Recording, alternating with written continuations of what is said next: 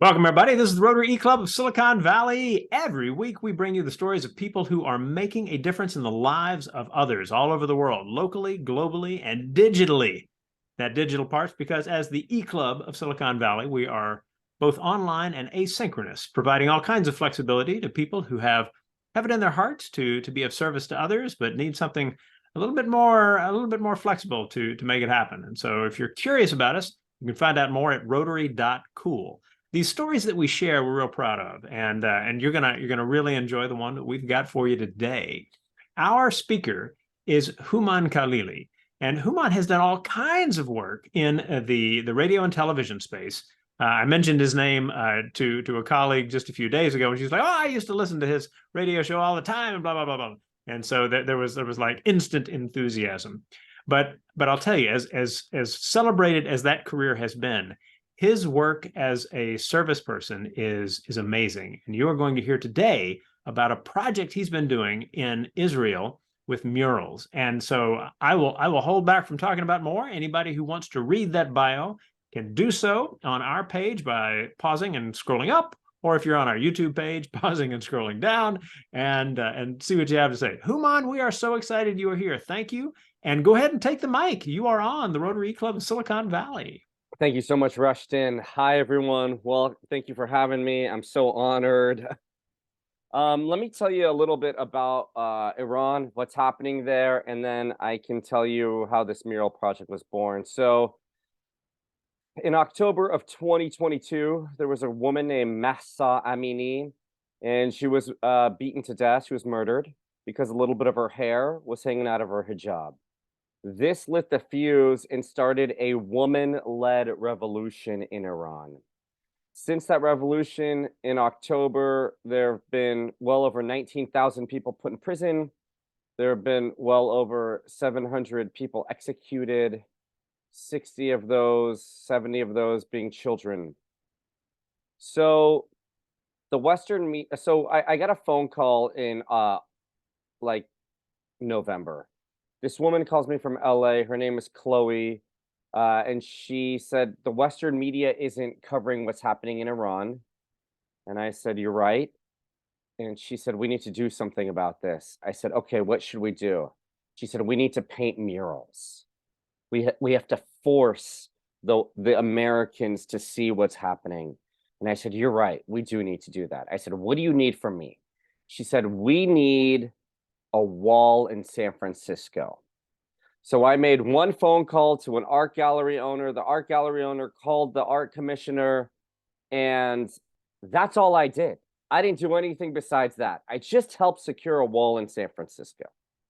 Once the mural went up in Clarion Alley, which is about 17th and Mission in San Francisco, I called the artist. I said, hey, can we take a picture? The picture went viral. And via Instagram, the vice mayor of Jerusalem reached out. Her name is Fleur Hassan. And she said, I want murals in Israel. I said, no way. I said, what do we do? She said, we don't do anything over Zoom, and we don't do anything over phone. So you're going to have to jump on a plane and meet me face to face. So I did the flight, 14 hours. And I'm sitting there in her office, and I said, do you have a wall? She said, no. I said, do you have an artist? She said, no. I said, am I paying for it? She said, yes. So, I go to church, I pray a lot, and I was really praying it because the designs matter. The designs matter a lot because what's the point of these designs? Initially, for me, the point of these designs was one thing, to inspire the Iranian people to keep on fighting, to not give up, to keep the protests going no matter what. So this picture here on your left is the first mural that was unveiled on January 9th in Jerusalem in an area called Talpiot. And let me just explain to you what's going on here. There are 4 women. This is Mahsa Amini. This girl's name is Samira.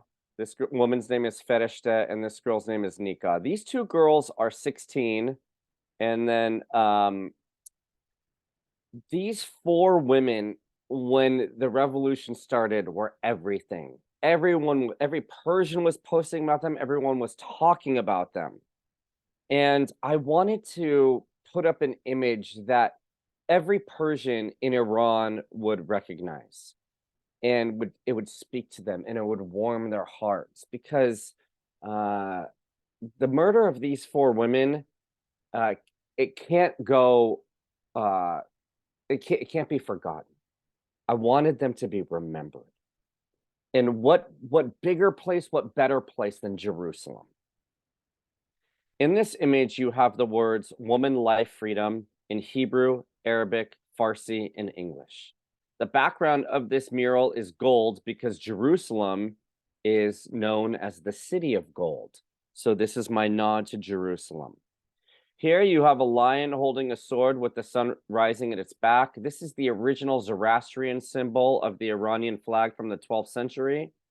And down here in the left-hand corner, you have a woman riding a lion with a sword in her hands. This is my nod to a woman-led revolution. And then here is the water lily. This is the flower of Iran. That's the first mural.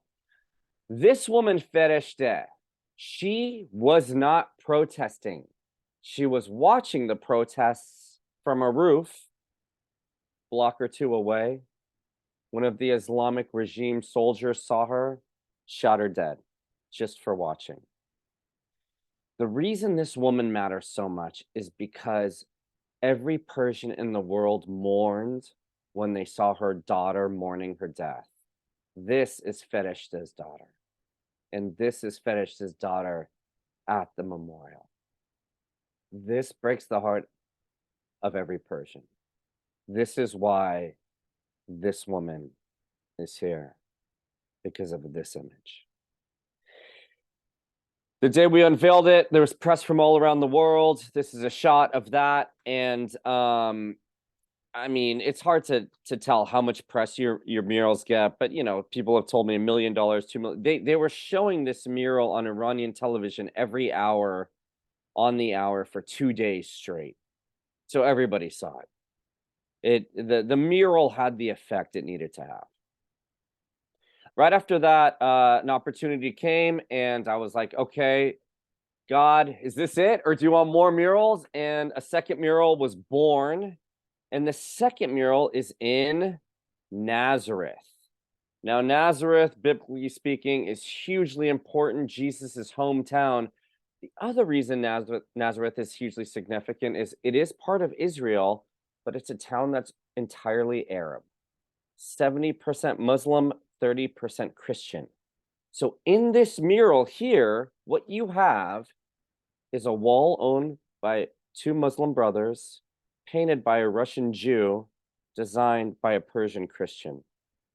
So this is Israel working together to highlight the situation in Iran and to say what the Islamic regime is doing is wrong.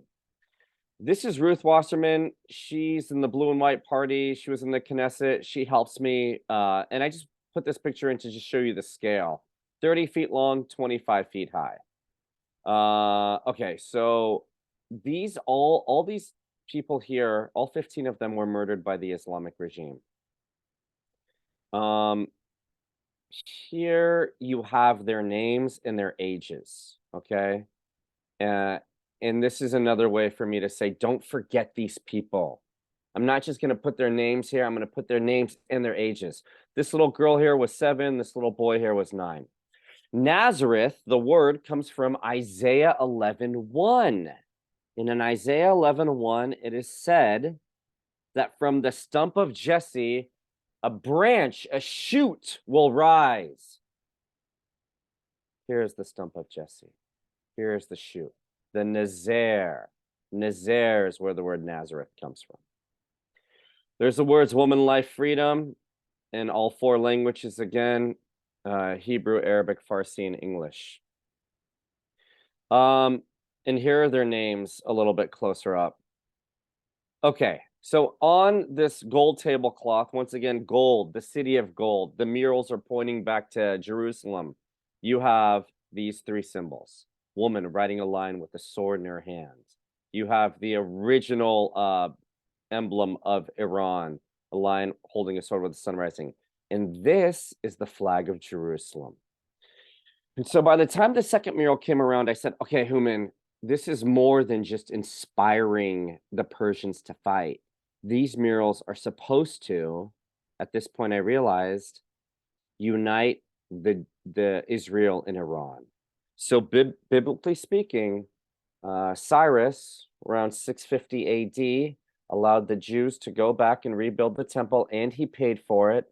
The whole book of Esther dedicated to the preservation of Jewish lives. And then in the New Testament, you have the Magi, the very first people God calls to bring gifts to Jesus. So, and to anoint him and to bless him. So now at this point, I'm like, okay, I need to remind the world that Iran has been a friend of the Jews for 3,000 years. And they've only been enemies for less than 50. So by the time the second mural came around, this was my revelation. Inspire the people of Iran, reunite these two countries. And here it says, Arab Christian woman said, Hooman, it's time, it's time, it's time. I said, it's time for what? She said, it's time for the Esthers of the world to rise up. All right, there it is. It's time for the Esthers of the world to rise up.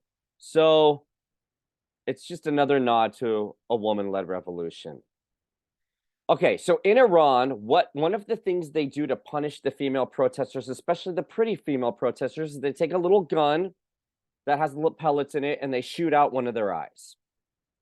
This woman's name is Ghazal, and she got her eye shot out. And this was another because the Islamic regime realized putting 19,000 people in prison isn't working.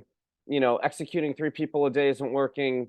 Let's start, brutalizing, maiming our own people. This image went around the world 1,000 times. And the Islamic Museum of Art reached out to me and said, we are going to do an exhibition, and the exhibition's open till May 22nd. So if you're in Jerusalem, please go check it out. Based on all of the artwork from October of 2022 till now. We want to highlight all of the art. So they said, will you design the centerpiece for the museum? I said, yes, of course. So the centerpiece is based on this woman, and this is it. And so I used a peacock to cover her eye. I gave her the eye of the peacock, and this is in Jerusalem. So the background is the Garden of Gethsemane and the Mount of Olives, and then you have the words woman, life, freedom. So let me just kind of give you an idea of the scale here so you can see. That's it right there. So that's the Islamic Museum, and that's kind of how big it is, and you kind of get an idea.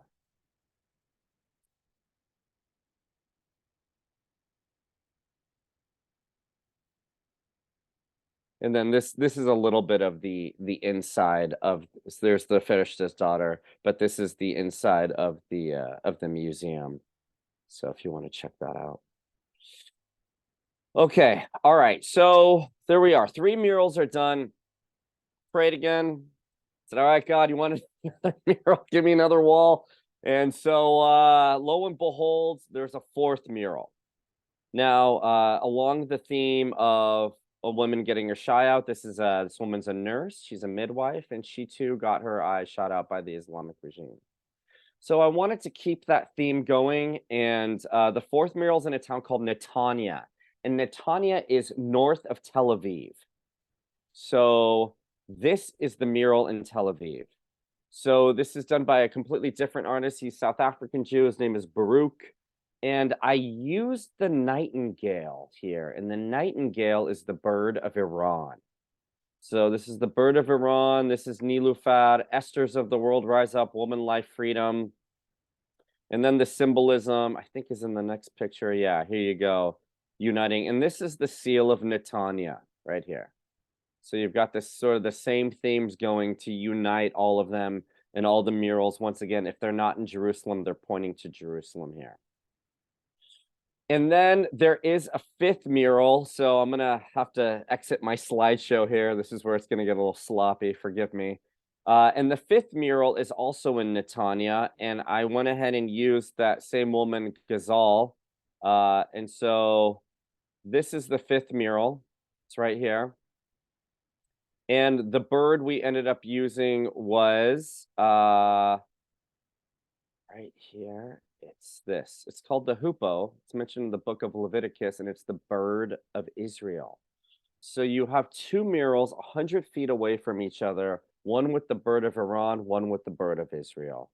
And behind her, you have Jerusalem, the Temple Mount.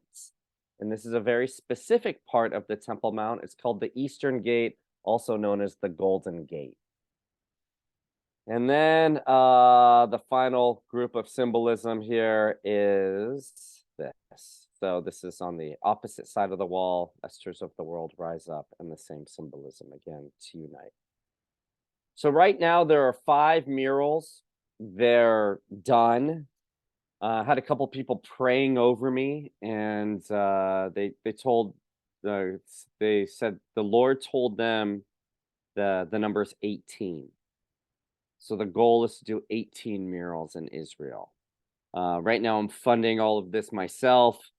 I'm hoping for that patron, the Daddy Warbox out there, to come on up and help pay for this. But I think I'm going to take a little break from making murals just because I'm broke.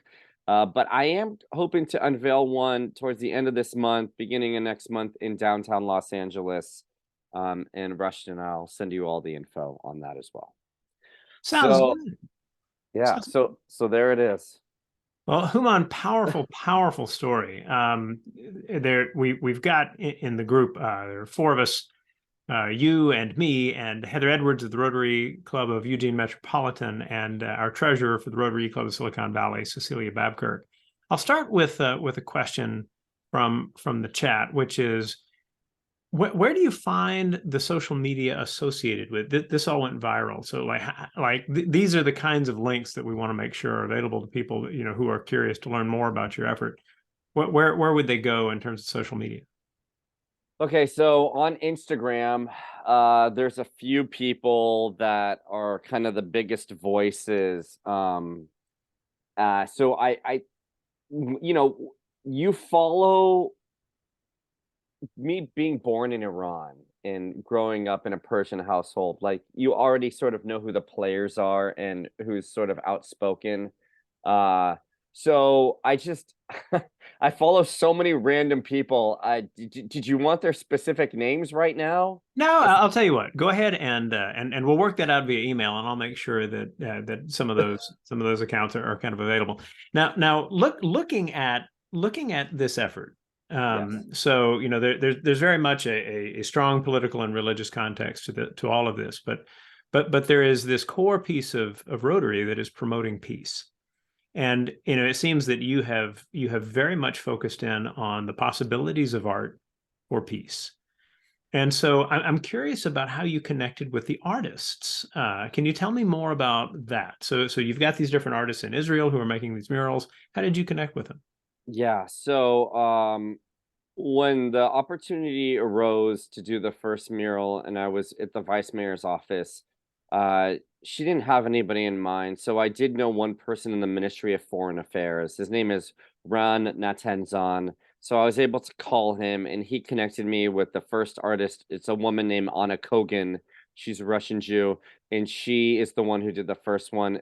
By the time the second mural came around, the same guy ran from the Ministry of Foreign Affairs, also connected me to Benzi Brofman, who did the second mural. So I had a few contacts, and then that third artist who did the mural in Netanya, he was there's a group of Messianic Jews in Israel. These are Jews who practice every Jewish custom there is, but also believe Jesus is the Messiah.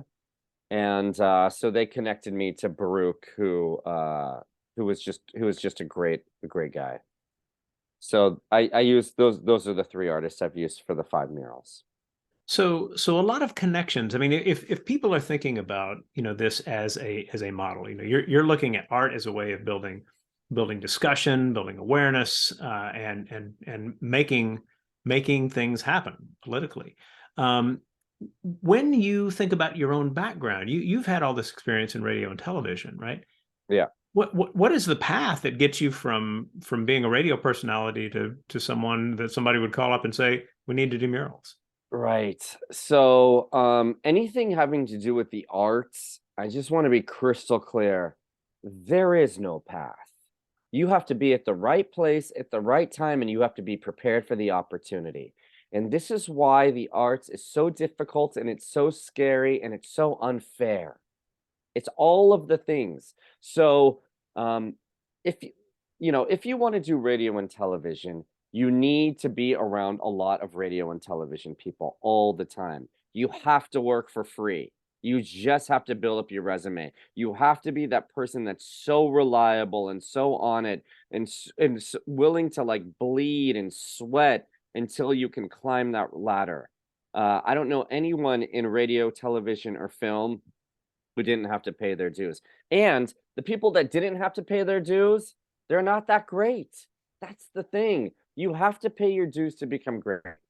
Secondly, I know we live in a different world. If this was 2019 or before, I wouldn't have to inspire you to go out and meet people. But the world we live in, like, you just don't run into people the way you used to. The networking events are few and far between. You got to get out. Like, you got to get out of your comfort zone. You have to go to places where you don't know one single person. You have to shake hands. And then you have to pray for wisdom, because that in itself is not enough. You need to know who to connect with and who to run away from. Those two things are vital. For every one good person you meet, you're going to meet 10 mediocre or terrible people. And often you got to be careful. Hey, man, we got this movie. We can use you. We haven't looked at your resume. We've never worked with, like, be careful of that person. Don't run to go work with them either. So just go out, look, the way to get to a place where, you're going from radio to making murals in Israel is, for me, it was a tremendous amount of prayer, an incredible amount of pruning. And when I say pruning, a lot of us lost friends during this pandemic. I too lost a lot of friends. And it wasn't from my old friends that this happened. It happened from all the new friends that came in as a result of the pruning. Mm. The pruning is painful, it's brutal, but it's necessary. And the only way I can really describe this is if you go into a forest and you look at a tree that's never been pruned, it's on its way to becoming dead. You look at a tree that's been pruned, its fruit is fresher, it's growing stronger. I mean, biblically speaking, that analogy is 1000% right. I don't know if that answered the question, but there you go. So, last question before we finish the recording. When we think about those experiences, though, that lead you to think in terms of how to bring people of various backgrounds together for a peaceful purpose, and that means, I think, facing up to the brutality that is out there in order to be able to convince people that it's worth their time to be together.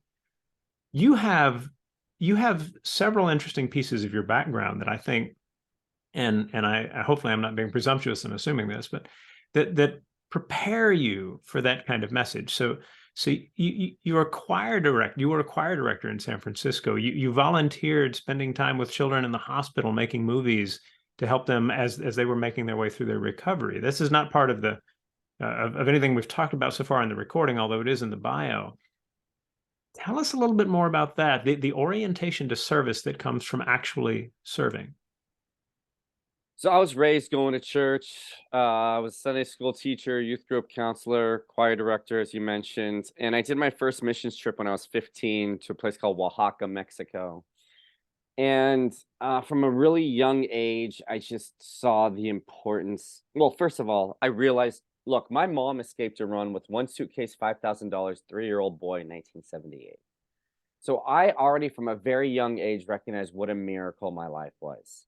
because as we all watched Afghanistan crumble right before our eyes, that's what happened to Iran in 1979. Same thing.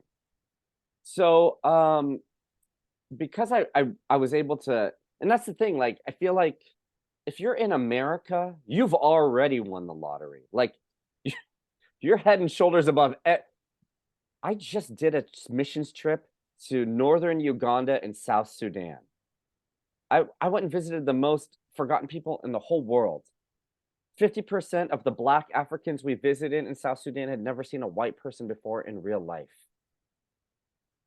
Go anywhere outside of your comfort zone and just look around and come back to America and say, what am I complaining about? This is as good as it gets on this earth. So as soon as that happened, I started serving. And once you start serving, A, you can deal with life a lot better, but B, you're doing what you're called to do. Like for me, I was, we're all called to reach out to those less fortunate. So it was kind of instilled. It was kind of in my bones from a young age. And then so much of what happens is, you're always praying, God, keep me on the path that you want me to be on. Because in America, every day there's 40 paths in front of you, and there's one right path, one. So you gotta pray that you stay on it. And so all of these moments that have occurred is really being at the right place at the right time, being prepared for the opportunity, but grace. Like there's so much grace. Like when the opportunity came to be the choir director at a Greek Orthodox church, I wasn't looking for it. I wasn't seeking it. Just like with these murals, I wasn't looking for it. I wasn't seeking it. But the opportunity came and I knew it was a calling and I knew I had to take it. Now, one thing about the murals is before I started doing murals, I looked at every single mural in the world that every single artist had done. I saw the murals that were done for the people of Iran, and I saw the very best murals that had been done ever. And I said, okay, that's the bar. That's the bar that I'm going to go for. So I did a tremendous amount of research. Lastly, I just want to end with this. I know we talk about peace, and I know we talk about reconciliation. But we also have to recognize that there is an evil in this world that is so profound and so deep and so merciless that imagining a peaceful resolution is nearly impossible. I would love for a peaceful transition with the Islamic regime on its way out and whatever the new regime is to come in. I don't see that happening. And so when the Persian people are chanting, I want you to know they're saying an end to the Islamic regime, an end to an Islamic Iran. And that is the right chant because we want a free Iran. This is what every Persian, conservative and liberal, is hoping for. Yes, these murals are peaceful, and it's my way of inspiring the Persian people and building a bridge between Iran and Israel. But at the end of the day, I just want you to remember the brutality of the Islamic regime to their own people. Well, Hooman, your dedication to service is powerful and impressive, and we thank you for sharing your stories with us. All of you who've been watching this, feel free to let us know in the attendance form and in the forum below. Leave your thoughts, and we thank you, and we'll see you next week.